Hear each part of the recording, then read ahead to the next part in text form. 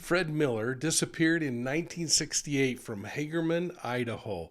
That was nearly 60 years ago, and his family is hoping that you and I might know something about this case. Heck, I don't know if we really can move the dial much on some of these cold cases, but the families deserve a little attention, and frankly, I think it's worth doing, especially since this one was recorded more than a year ago. Was this guy murdered, or was it a tragic accident?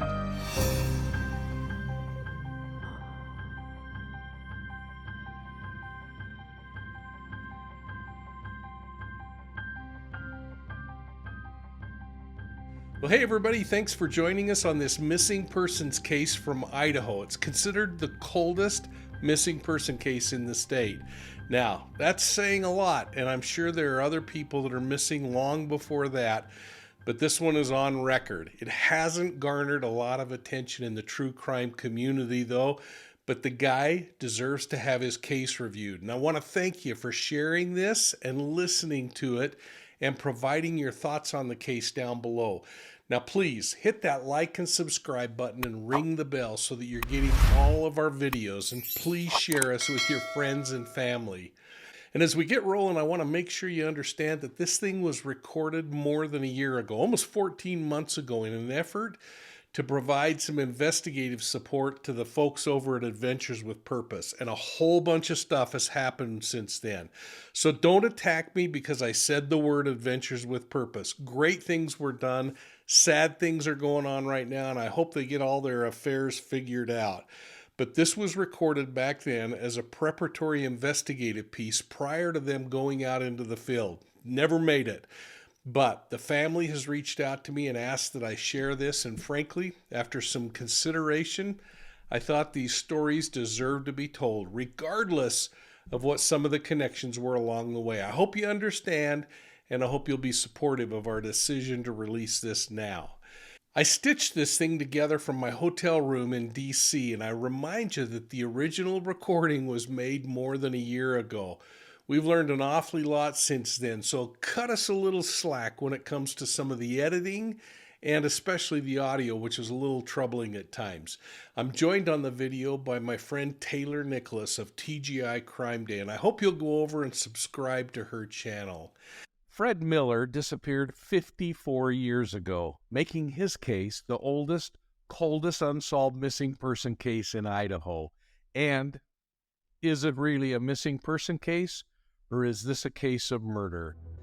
Well, hi everyone, I'm Mike King, and I'm joined today by my co-host Taylor Nicholas of TGI Crime Day. As we get started on this half-century-old mystery, hit the like and subscribe button so that you can also find us on your favorite podcast platform. Now, this case is unique because the facts obtained come through eyewitnesses to Fred's activities just moments before he disappeared. Now, I know this much, Taylor. Fred Miller stopped at a local bar, Wilson's Club Bar in Hagerman, Idaho, to grab a drink. Now, the word is he was approached by two hitchhikers who asked him for a ride. But what I don't know is if he knew these guys or not. Now, that said, I know that he never was seen again after leaving the bar with them. What can you tell us about this case? Public records show that April 16, 1968 was an unseasonably rainy day in Idaho. Fred worked as an irrigator, so I would imagine rainy days probably weren't the best working condition. Fred decided to call it a day a little earlier than usual, around 3 p.m.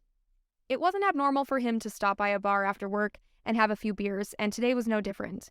This time he stopped at Wilson's Club in Idaho, which, by the way, is still open. Mike, if you're ever in Idaho, they've got shuffleboard, they have live music, and they have a selection of pizzas that looked delicious on their website.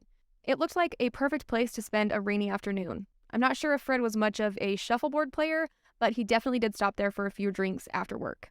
According to Bill Wilson, the owner of Wilson's Club, Fred's wife had apparently dumped his bottle of whiskey down the drain at home, so he decided to stop by the bar that day for a few drinks after work. And like you said, Mike, witnesses did observe him talking to these two hitchhikers at Wilson's Club.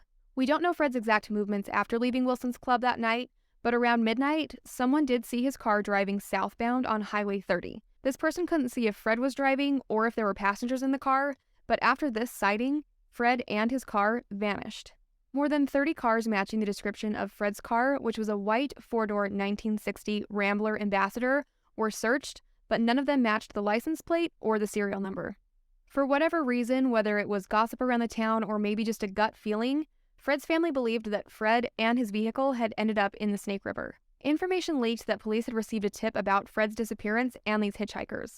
Police were able to track down the names of these hitchhikers and conducted interviews with family members of these men. This led Fred's family members and people in the town to theorize that Fred's car had ended up in a deep, large part of the river down near the old power plant. Police dredged this part of the river in the 80s, but unfortunately they weren't able to uncover Fred or his car. While this portion of the search didn't lead them to the answers they were hoping for, the investigation didn't end there. I found a quote that I thought was really interesting from the private investigator that Fred's family hired back in the 70s. He said, quote, "I just can't believe that car could have been put into the water without some part of it showing up," end quote. I think in these cases it sometimes seems that way. You would think it would be a lot more difficult for a car to stay hidden for that long, that there would be some piece of evidence that would float up to the surface.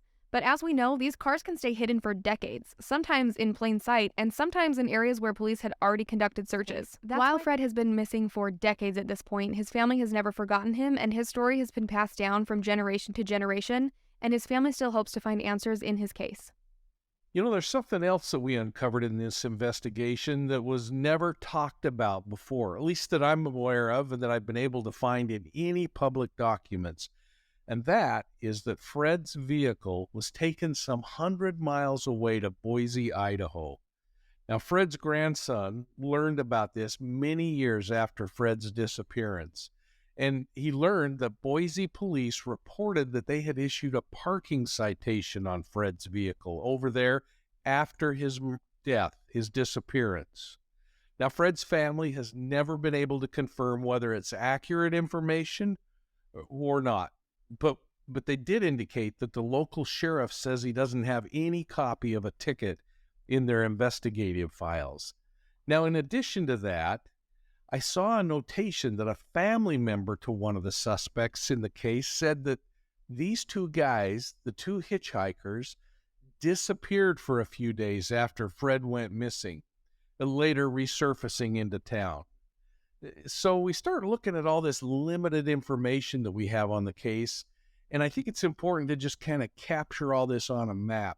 So let's look at the distance that it is from the bar, the last place that Fred was seen. That's about 104 miles, but these aren't freeways back then. They were taking county roads, so this thing could have taken them 3-4 hours or so to get over there. Now, we don't know how long that vehicle was there or if it ever was there. But what we do know is there's an allegation there was a citation written somewhere around there. So again, the route they took was most likely accurately displayed on this map that I've gotten here, but keep in mind, it's a pretty wild guess on my part. But if we examine the area near the bar and down south toward the dam where witness testimony goes, remember, there was that person that Taylor talked about that she saw somewhere, that someone saw them driving south of the bar. Didn't know who was driving, but they saw his vehicle. Now, there are a couple of things that are really interesting about this. First, it's important to note that there is a lot of river between the bar and the dam. But what's equally interesting is that there isn't a lot of access points between the bar and the dam to the river. There's a lot of farmland in there, but we got to keep in mind, somehow you got to get that vehicle to the water. Now, there was enough evidence for the old sheriff to try searching the river near the bridge.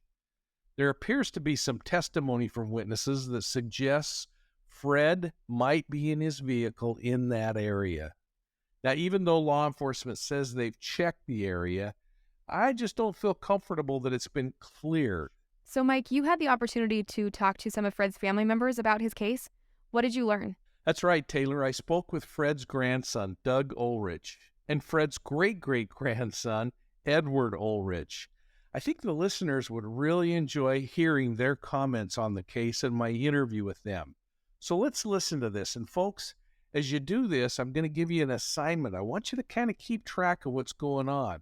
And with these kinds of things comes a little bit of responsibility. We're going to talk more about that responsibility when the interview ends. Let's listen in. I do not know a lot about the circumstances of that evening because I was in Germany at that time.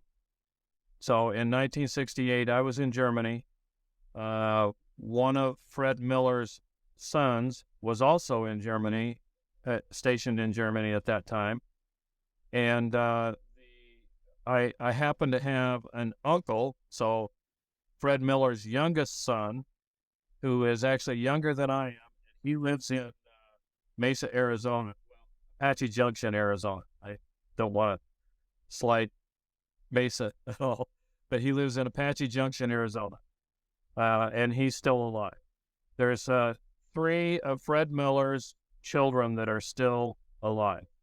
So it would be my uncle, the one that I just mentioned, that's younger than I am, an aunt that lives here in Twin Falls, and an aunt that is currently residing in Wichita, Kansas. Let me ask Edward a question of you. This is Idaho's oldest, coldest case. Can you talk a little bit about that and why, as a great grandson? So as a child, I remember going and visiting Grandma Miller, and as a child, never really, we would hear that Grandpa was not, had passed away, and it wasn't until I was a teenager that the story kind of got brought to light in front of me that he disappeared in 1969 or 68, and then didn't really have a whole lot of details. And of course, as you know how families are, stories get passed around and things get sometimes embellished or things get lost. And so when I made the decision, so my dad moved to Idaho, was part-time Idaho, part-time Apache Junction for a while, and then I moved to Idaho. I thought, it'd be a great thing if I could just start doing some digging into this. And so I reached out to Dad, and we reached out to Sheriff and wanted to ask some more questions to find out if there was any way we could at least see the file, because as you know, that's sometimes difficult. And then I just thought to myself, here's an opportunity to possibly have somebody, because you know how these small rural areas are, they just don't have the resources for this kind of thing, especially a case that's this old. And so, growing up, knowing that he disappeared and knowing there was a white Nash Rambler involved and stuff like that, I always, when we would go like junkyards and stuff, I'd always pay attention to that, just in case, you never know you stumble on. And then as my boys got older here in Idaho, they'd asked about great grandpa, and we just didn't have any answers. And so I wanted to give them more answers than just one day he didn't come home, and so that's kind of why I started digging into it. And it's sad because there's only a few of Fred Miller's kids that are still alive, and they've gone their whole entire adult lives without knowing any answers to this. My dad, same thing. He's never had answers. And as you've probably seen the report, there's very, very few details other than there was some involvement with some hitchhikers or something like that, and they suspect he was put in the Snake River. Yeah, so let's go back to what historically through the family tells, Doug, and kind of describe what happened on that night, what the series of events were, and then I may have a few questions as we go along. Keep in mind, I'm older, so I've got to recall a few things too. I want to say 1967, they had a farm out in Tuttle, Idaho. If you've ever been in this part of the country and you're going on the freeway here, you'll see a sign one way and a sign the other way. It says Tuttle, Idaho, and that's basically all that's left of Tuttle, Idaho. So their farm was right there, right next to the Malad River Canyon, which is a gorge right there. And up until then, I spent my summers here in Tuttle on the farm. That was, I'm sure it was to give my mother a sense of me getting some responsibility of some sort. So I'd go on, I'd work on the farm a little bit and do stuff with my uncle, who was about my age. They sold the farm in 67. They moved to Wendell. My grandmother at the time worked at what is referred to here as the Manor, which used to be a hospital at one point, and now it's a rest home. And she worked there, and then I left and left on a mission to Germany, and I was on my mission in Germany for only about 2 months when my uncle, the one that was stationed in Frankfurt, called me on the phone and said, your grandpa's disappeared. They're trying to figure out what's happened, and this is why you probably haven't heard much from your mother for a while. And so, I didn't return until 1970, so that's the first time I really got a chance to talk to somebody one-on-one as to what happened. My mother was the main source of my information because she was directly involved. Her father didn't come home. Her mother needed help, and she was the closest person that could come and be with her at the time. I'm not sure how much of what she said at that time, was really what was going on. I know she didn't feel like the law enforcement were taking it serious for a very long period of time. It was like several weeks, I think, before they'd even take a missing persons report. It was highly unusual for him to just not show up, even though he had been at a bar and had frequented the bar in Hagerman, which was the closest town where they used to hang out. And Hagerman is right down on the river level. Wendell, where I live, is up on the top of the plateau, and Hagerman is down towards the river. So is the bar, if I read it correctly, it's the Wilson Bar. Is it still the same building and same location today? I think it's the same building, same location, but I don't know if it's the same name. For the longest period of time, I thought it was the one bar that's here in Wendell, but it wasn't. It was actually the bar that was at Hager. And then, of course, it takes 7 years for somebody to be declared dead, right? And so during that time, I returned in 1970, went in the Army in 1970, got married in 71, started having kids 72. And as we would go, my wife is from Utah there. She's from Harriman, Utah. And as we would go to family events, Thanksgiving, things like that, we'd go through Wendell. I'd always stop and see my grandmother. And subsequently, while I was in the National Guard here in Idaho, I was in, a helicopter detachment. And as we'd fly around all of Idaho, every place I'd go, I'd be looking for a white Rambler sitting out in the middle of a field somewhere. That was more of a pastime, while I was doing my other duties. And then 1977, I believe it was, is when my grandmother, so it was almost 9 years after he had passed away, after he'd disappeared, my grandmother, working at the manor, had a heart attack and did not survive that trip to the hospital. So, she passed away, and then after she was not living here anymore, my visits here to the Wendell area kind of diminished because there was nobody here that I was related to at the time. Yeah, and my understanding is, in fact, I'm going to switch over to Edward for a minute. My understanding is that your grandmother and grandfather have been interred next to each other, but your grandfather, great-great-grandfather and grandfather still aren't, he's still not there. But I read online, and I worked in Ryrie at Yukon Produce when I was out of high school, and I was trying to put together my memories, and it said somewhere that your great great grandfather was an irrigator. I don't know if that's accurate or if that's the right term, but describe what he did for a living and what that is. Well, he they did surface irrigation, back then.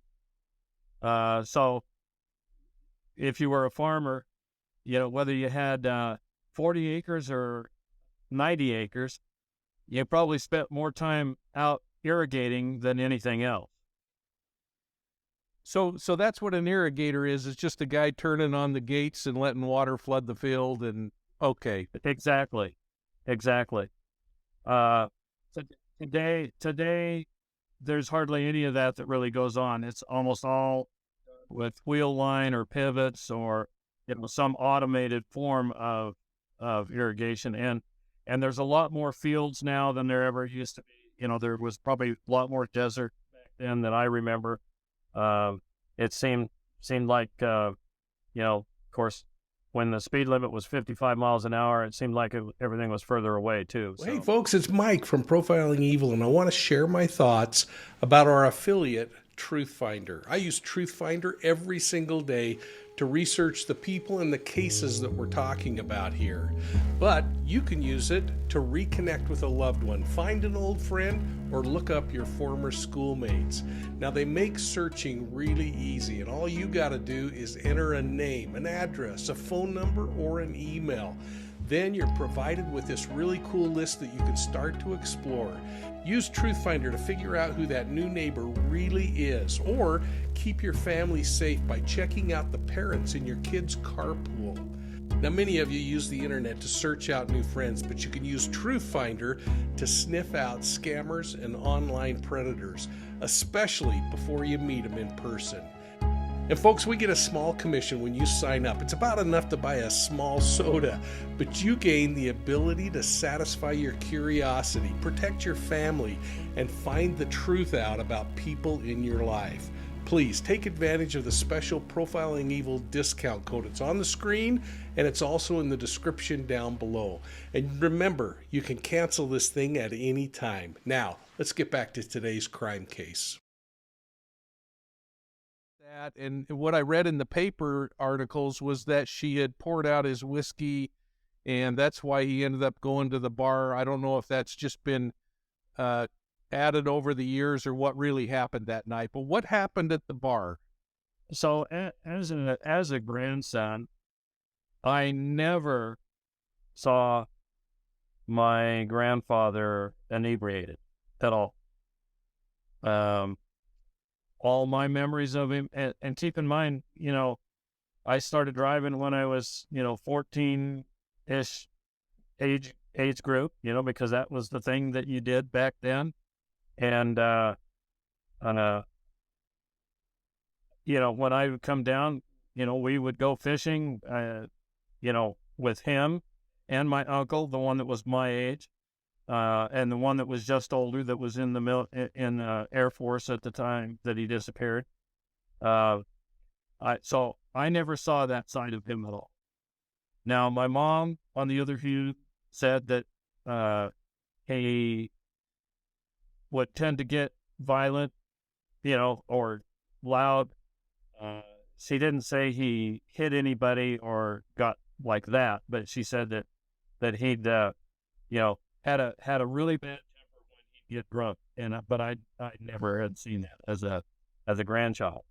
Now, we probably spent 2 weekends a month down here when the weather would permit us to travel from Boise to Tuttle. That's right at 100 miles from Boise or thereabouts, maybe a little less. And so we spent a lot of time down here. I just never could anticipate that or even had thought about him being drunk or even at the bar, because I never saw him ever go to the bar. But I didn't live in his household, so that's the big difference.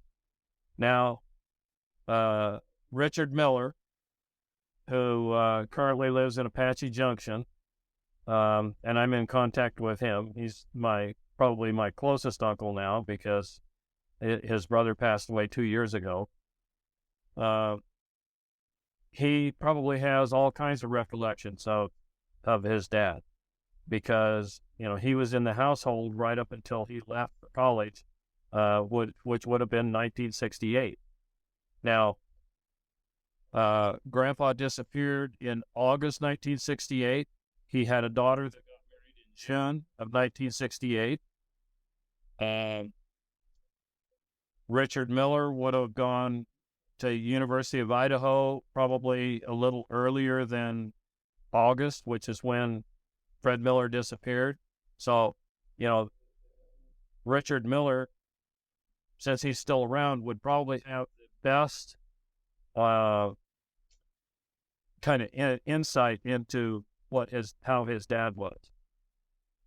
And I would refer you to him as far as that. But from a grandson perspective, he was the perfect grandfather.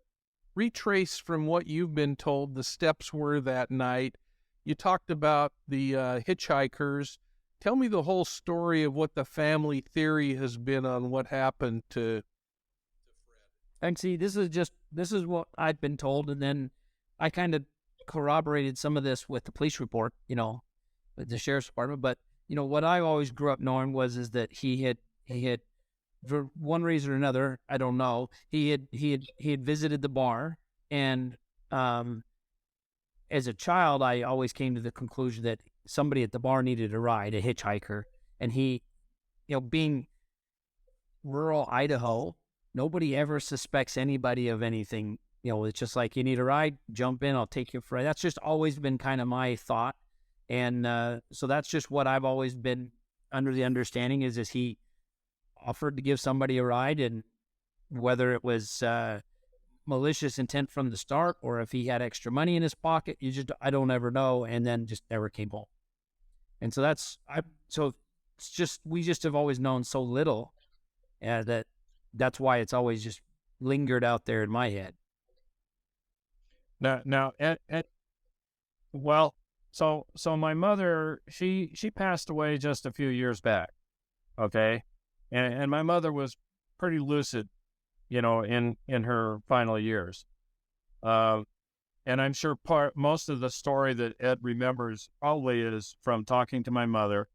We do have family reunions that we do fairly regular up until just the last couple of years during the COVID thing, where members of the family would get together and some of them would be willing to talk about, different aspects that had happened over the years. But according to my mother, he picked up two brothers at the bar. And their names are in the police report, I think. And that's the last anybody saw of him. Now, the other side of this is that my mother is convinced. Now, I've not been able to corroborate this because I can't find any documentation, but there might still be some documentation somewhere. But she said that his car, this Rambler that he drove, this white Rambler, received a parking ticket in Boise the following day after he disappeared. The parking ticket story came directly from my mother, and this is what I was told literally as soon as we were able to talk about it after I came home from Germany. That's kind of an important piece, but I tried to look through all of the police report and I see no reference of this at all. I only know that she was convinced that there was a parking ticket from the city of Boise. So, in other words, did you ever ask the local sheriff's office about that? Keep in mind, Sean Goff, who's the local sheriff now, I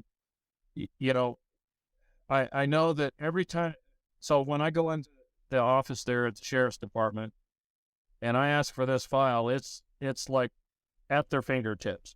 Kind of like whenever there's a new hire there, a new deputy, or they're trying to get them used to, doing paperwork, or here's this missing person file that we've never been able to solve. Go through this and see if you can find anything.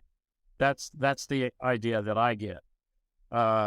And I've been in and talked to him, and I've asked about that, but I've never got an answer, a definitive answer, whether there was ever anything followed up on that. Now, keep in mind, there's been several sheriffs since the disappearance of my grandfather. And the other aspect of this is, at the time that my grandfather disappeared, Wendell, the city or the town of Wendell, had its own sheriff's department. Okay. Now, there is no sheriff's department in Wendell. It's all rolled underneath the county. And so that's, if I think about it, it's kind of like if you move, 3 moves is equal to a fire with your own possessions, right?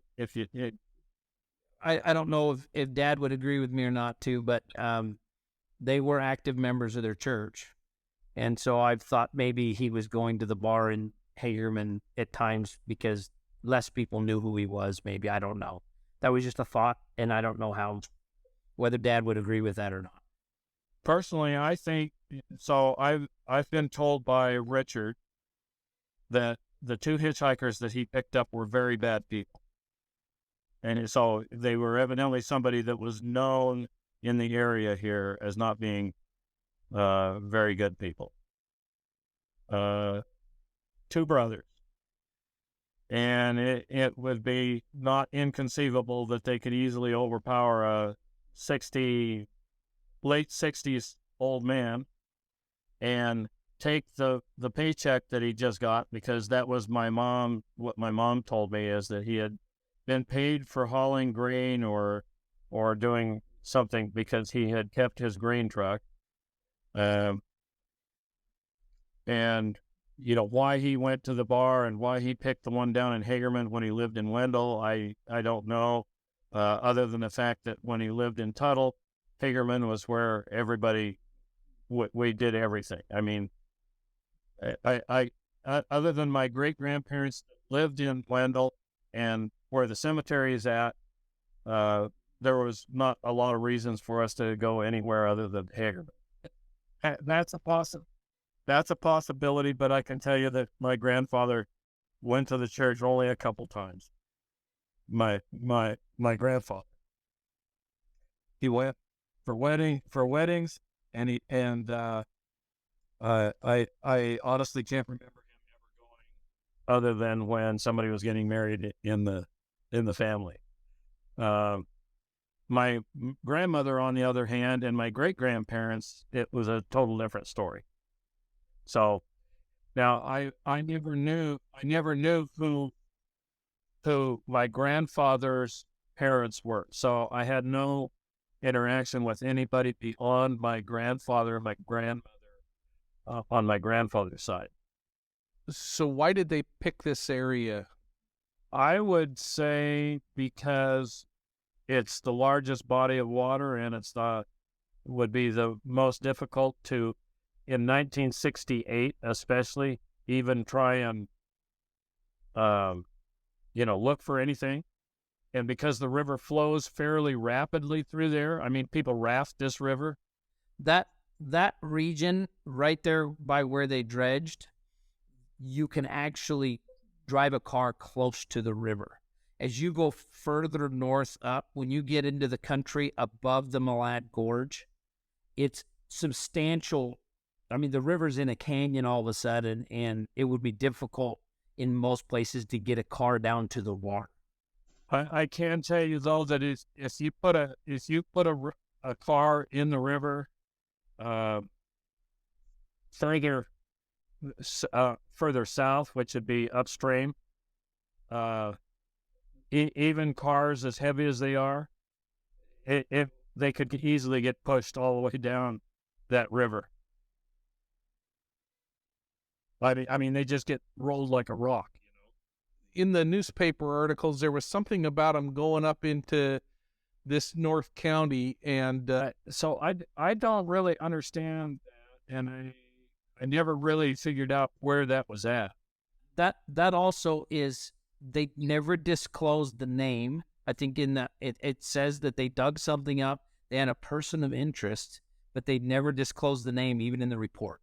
And I think that person of interest was either girlfriend or ex-wife of one of the brothers. At least that's the way I read it. And did you ever ask the police about getting a copy of the traffic citation or the parking citation from Boise? You know, when the last time I went in there, so I've only been in there one time. Yeah. Well, then I guess I've been in there more than one time. But the time that I went in and I copied all of the files that I sent to Ed, I just didn't know everything that I ought to ask for. You know, I needed to see what they had first. Well, you know, this whole thing's been compelling to me and important to me because as I've got older, there's certain parts of the family that we just don't know a lot of information about, and this is part of the reason why. A little bit of more history about Fred Miller. Fred's father, Jacob Miller, was struck by lightning and killed just outside of Rockland, Idaho in 1927. We didn't know where he was buried, and so that was my first task in this whole process. Is I searched a whole bunch of different cemeteries and finally found Fred's dad, Jacob, in the On-Fellows section of the American Falls Cemetery. And it's just a headstone that's small. It just says J. Miller, 1927. And so that started this. And when I found that, I felt like I was getting some closure to these questions about the family. We went and found where the farm was and the property where he died. And then this is his son. And of course, he didn't live very long either because of this situation. And so to me, it's important for my dad, you know, and then the last few living relatives, that if there was some kind of closure that we could get with this whole thing, it would just mean a lot to me. And well, one last thing is, you know, I feel like maybe the community, there might have been some idea that maybe he just took off one day, but you know, with all of his faults, the one thing I do know from my dad and from my grandmother, who, you know, when I took this job over here in Boise, I would visit her clear up until the week she passed away. And he was loyal to his family. So that idea just was not, he would not have disappeared if it weren't for foul play, because that's just not the kind of guy he was. And so, and again, I never knew him. Now, wouldn't that be something if we could just band together to help bring closure to Doug and Edward and the rest of the family? I mean, these people have continued their search for 54 years. There is nothing that I'd like to do more than to help them lay Fred Miller to rest alongside his British bride. This is where our viewers come in and help provide important information. If you know anything about this case, please contact the Gooding County Sheriff's Office immediately. Now, I've had the chance to review this entire criminal case, and I say it's a criminal case, but the case on Fred's disappearance. I think the case can be solved, and I hope that you'll reach out to our law enforcement community in Hagerman, Idaho, if you know anything about this case. Fred's wife died 9 years after he disappeared in 1968, remember? So, yeah, it was like 77 when she died. His surviving 6 children would love to know what happened to their father and have this mystery solved. Now, law enforcement hasn't stood idly by on this case. They investigated it in 1968, and they've investigated it ever since. Heck, they dredged up the Snake River below the Salmon Dam in the 1980s. They dug up a backyard in nearby Gooding County in the 1990s. Now, there was a body discovered in, I think, 1973 that garnered a lot of attention, and as DNA got more and more progressive in the 2007 era, the entire family had their DNA matched against this body that was recovered in nearby Oregon, and they finally said, no, It's not Fred. Everything looked kind of interesting, but they said it wasn't him. So they have been working on this thing from start to finish, and I think that's really a compliment to that law enforcement agency. Well, thanks for listening to this missing persons case and for your support of Profiling Evil. I hope that you'll give the video a thumbs up. I hope you hit that like and subscribe button, ring the bell, do all that stuff that you need so you're getting all the notifications on videos like this one. And please consider joining our channel memberships. My favorite is the Academy level, where I think you get a whole lot more for a little bit more. And by the way, folks, go over to profilingevil.com and sign up for our digital newsletter, the B.O.L.O. And if you're into podcasts, make sure that you're signed in and subscribed to Profiling Evil podcasts on your favorite podcast platform. And watch for us on Facebook, YouTube, Instagram, and Twitter. So, hey, and remember, you can catch me on Court TV almost weekly and from time to time on News Nation and other programs. So thanks for your support of Profiling Evil, and we'll see you all soon at the next crime scene.